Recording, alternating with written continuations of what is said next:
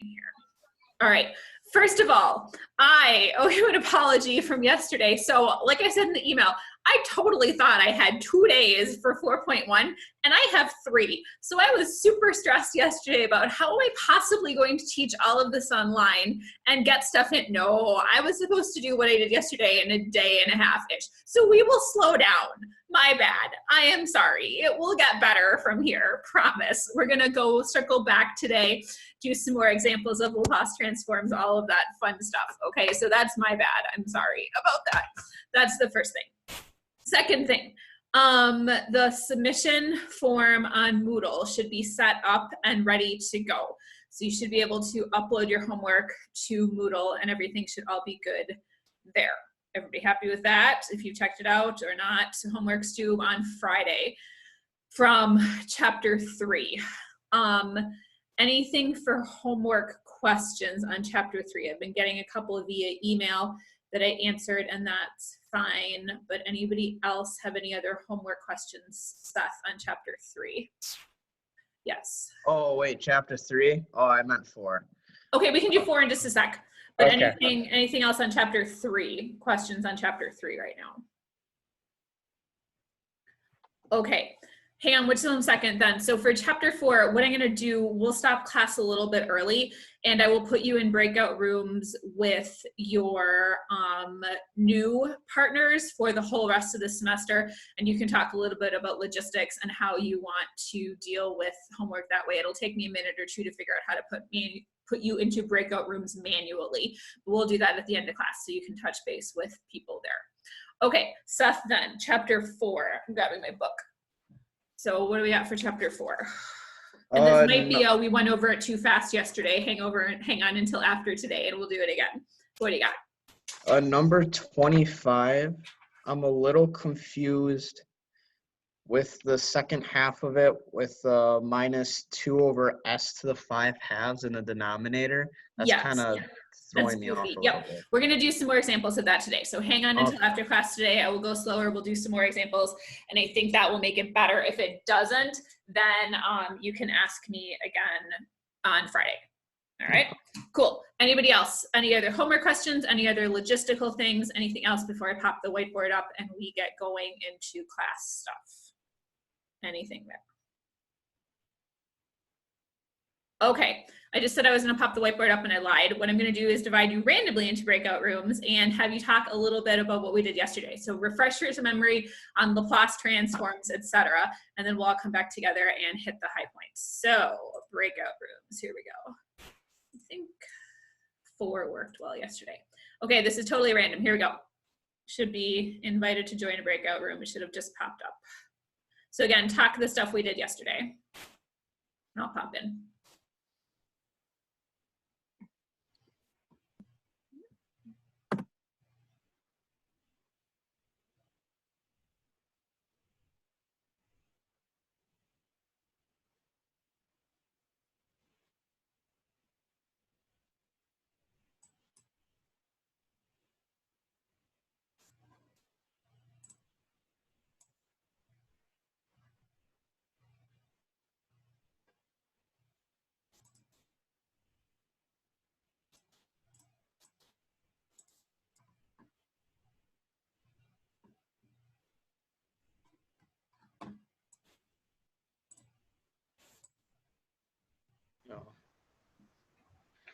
Okay, so really quick, what's a Laplace transform? It takes as input a function and outputs a function. Cool, keep talking. I'm moving on to the next breakout room. Keep going.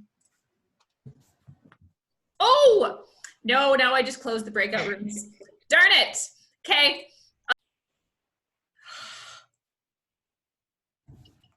Sorry. Sorry. Close the breakout rooms too fast. I've done that in every single class today. It's great. We're working on it. Oy.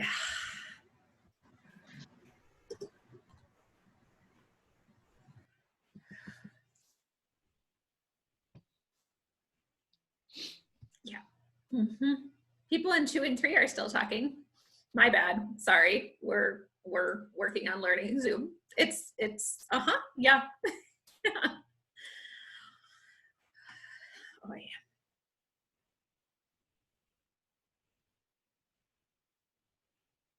have gotten good at uploading videos to YouTube though. That's successful. We've made that work. Here we go. Goodness. Okay, sorry, I closed the breakout rooms too early. I've done that in every single class so far. My bad, sorry, closed the breakout rooms too early, but we'll try to avoid doing that. All right, so sharing screen, here we go. A couple of reminders from yesterday. And remember that when I have my whiteboard up, I can't see all of you. So make sure if you raise your hand, you do it virtually. So here's our Laplace transform. The Laplace transform of little f of t is equal to, the notation is capital F of s, right? That's my notation for the Laplace transform. And the way that we did this was, I'm going to put the limit out in front right away because it's an improper integral. Limit as b goes to infinity, integral from 0 to b, e to the negative st, f of t dt. So that's our definition from yesterday. Okay, everybody's good? You were talking about that in your breakout room before I inadvertently closed it too early. And then we had some examples from yesterday. So remember that we said the Laplace transform of 1 is equal to 1 over s. That was the example that we did with the integral and made everything work out. I would like to do the example that I had in my notes from last time, and we're going to start a new screen. Actually, we'll erase this one. We're going to do the one that I had in my notes from last time that we didn't go over because I thought I didn't have enough time, but I really actually do. So Laplace transform of e to the 3t plus 1. All right, so plugging into my definition, here's what we have. Limit as b goes to infinity, integral from 0 to e. I still have that e to the negative st, and then my function this time is e to the 3t plus 1, and then I've got a dt out at the end. So that's my very first step when I'm finding a Laplace transform by the definition, right? Plugging in my function. In this case, it's e to the 3t plus 1. So I'm plugging in my function e to the 3t plus 1. All right, so when I am multiplying things together, I can add the exponents. So this turns into limit as b goes to infinity, integral from 0 to b, e to the negative st plus 3t plus 1 dt. So when I'm multiplying, I can just go ahead and add the exponents. And so this is what I end up with at this point in time. Okay, we are going to need to do a u substitution again. So let's pull out a t. This is not a pretty integral, sorry. A lot of these integrals for Laplace transforms are not pretty. So we've still got the limit, b goes to 0 to infinity. Let's pull out a t. So we've got e to the t and then times negative s plus 3. And then I've got a plus 1 dt. So I'm just pulling out a t in the two pieces of the exponent that have the t in them, and then we're going to do a u substitution for my exponent. So here's my u substitution. U is going to be t times negative s plus 3, and then we'll throw the plus 1 in there too. You could pull the plus 1 out if you wanted to, or you could keep it in there. It doesn't really make a difference. And then I need my du. So remember, I'm taking a derivative with respect to t. So if my u is t times negative s plus 3 plus 1, then the negative s plus 3 with respect to t is like a constant, right? With respect to t, that negative s plus 3 is like a constant. So my du is going to be negative s plus 3 dt, because the derivative of the 1 is just equal to 0. It's the derivative of a constant. It totally goes away. All right, so everybody's happy up to this point. We're going slower. We've got a limit. We're good. Everybody's happy up to this point. I can sub in. I'm going to not change my limits this time. So let's go with limit as b goes to infinity. I'll just identify those as t limits. So t equals 0 to t equals b, and then we'll just plug back in for t afterwards. Yesterday I changed my limits for s, demonstrated that one. Today I'm going to keep my limits as t's. You can do it either way. It doesn't make a difference. Either way is okay. So we've got e to the u, and then I've got du over negative s plus 3, because I solved for dt. Didn't write out that step. Limit as b goes to infinity, integral from t equals 0 to t equals b, e to the u times du over negative s plus 3. And remember, now we're integrating with respect to u. So this negative s plus 3 right here is a constant, and I can pull that in the denominator out in front of the integral. So let's start screen number 2. So here's where we're at. We've got limit as b goes to infinity, integral from t equals 0 to t equals b. I can pull it all the way out in front. So 1 over negative s plus 3, and then we have e to the u du.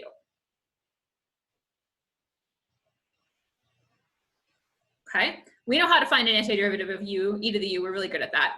So still 1 over negative s plus 3. I've still got a limit as b goes to infinity.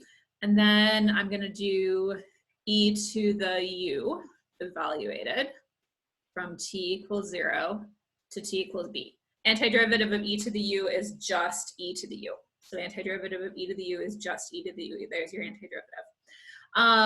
My u is on my previous screen, but we had u was t times negative s plus 3 plus 1. That was my u, so we can go ahead and plug that back in.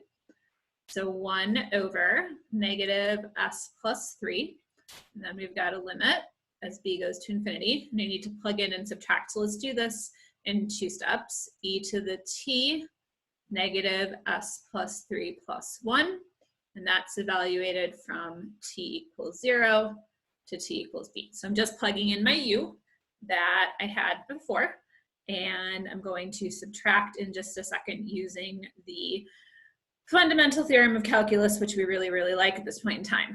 So we've still got the 1 over negative s plus 3. We've still got a limit as b goes to infinity, so we're going to plug in and subtract. E to the b times negative s plus 3 plus 1 minus e to the 0 times negative s plus 3 plus 1. Here's where we're at. I'll give you a sec to get caught up writing, and then we'll talk about how to evaluate that limit as b goes to infinity.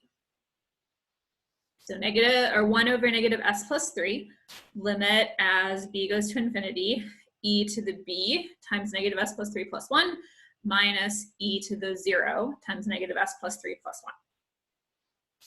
1. All right. So second part here, the exponent goes to 1. So the second part here just goes to e to the first, or that's going to be equal to e. Exponent goes to 1. That first part goes to 0. Exponent goes to 1. So just got e to the first, which is e. Let's look at that second exponent, and let's do a little bit of scratch work over here. So we've got b negative s plus 3 plus 1, and we want to take the limit of that as b goes to infinity. Okay, so I'm just doing a little bit of scratch work with that first exponent. We're going to figure out what that first exponent does, and then we will be able to evaluate our limit. So as long as this is negative, then the whole exponent goes to negative infinity. As long as the part inside of here is negative, b is a positive. So if this is negative, then this whole exponent goes to negative infinity. So this is going to be negative infinity if negative s plus 3 is less than 0, or if s is greater than negative 3, if you rearrange your inequality there. So that exponent is going to go to negative infinity as long as s is bigger than negative 3, as long as that first part is negative. All right, so exponent here goes to negative infinity. And then, I can't see all of you, but I will be able to in a minute. Let's resize this window here. I think I can. Yes, okay. Oops, sorry, writing on the screen up there. What happens to e to the negative infinity? Think about the graph of e and draw that in the air with your finger for me, please. We're gonna see if you're reversed or not. I'm not sure if I'm seeing you reversed. What does the graph of e to the x or e to the whatever look like? In the air with your finger, be brave, you'll be doing this in class. Kinda, sorta, looks like I'm doing it backwards like this. Maybe, or the other way, depending on which way we want to go. So what's going to happen to that is you go to the way far left side of the graph. If the exponent goes to negative infinity, what's going to happen to that whole graph? It's going to approach, Daniel.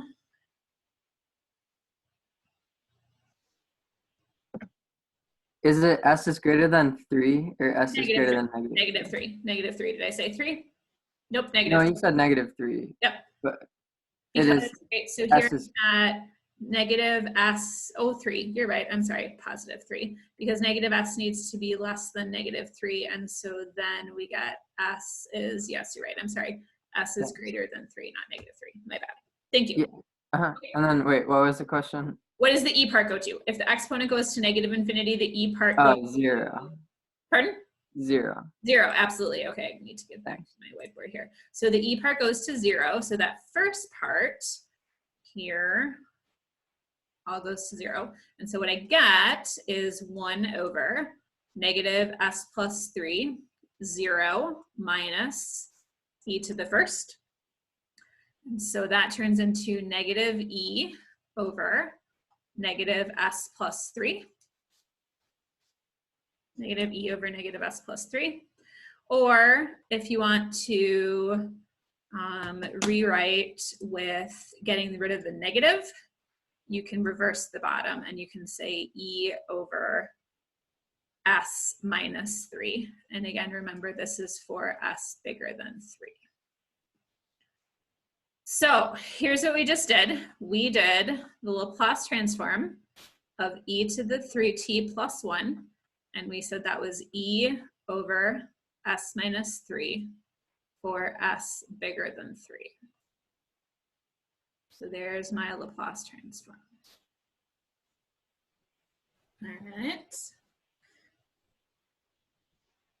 Better than yesterday. I'm going to stop sharing my screen, but you'll be able to see it on the video, and I'll save my whiteboard also. Better than yesterday. It's a little slower, hopefully. Sorry about the fastness yesterday. Better than yesterday with the limits and the integral and the b is going to infinity. A little bit better.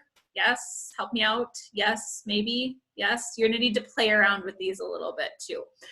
There's one in the book that I'm going to assign for homework that I want to talk through at least a little bit of, because you have to do integration by parts and you're going to love it. So here's the one that is going to be assigned for homework. The Laplace transform of e of t times e to the t. And I'm just going to look one sec. Let me grab my book and make sure that's the one I want. One second. And I'm going to sneeze. Laplace transform of t times e to the t. Apply the definition. Oh, just the Laplace transform of t. Sorry, my fault. Let's do a little bit of erasing. Just the Laplace transform of t. All right, so once again, based on the definition, here's my definition. Laplace transform of little f of t is, we'll put a limit out in front, limit as b goes to infinity, integral from 0 to b, e to the negative st, f of t dt. So there's my definition. You should have this in your notes a bunch of times by now. So in this case, it's going to be limit as b goes to infinity, integral from 0 to b, e to the negative st times t dt. Everybody see where that's coming from? Based on my Laplace definition of Laplace transform. And I usually write it with the t's first. So let's go limit as limit as b goes to infinity. Erasing on the chalkboard is so much easier.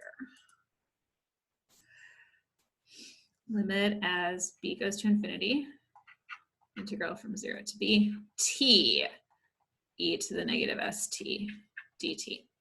Okay, so this one needs integration by parts, which means you have to pick a u and you have to pick a dv, and you have to remember how integration by parts works.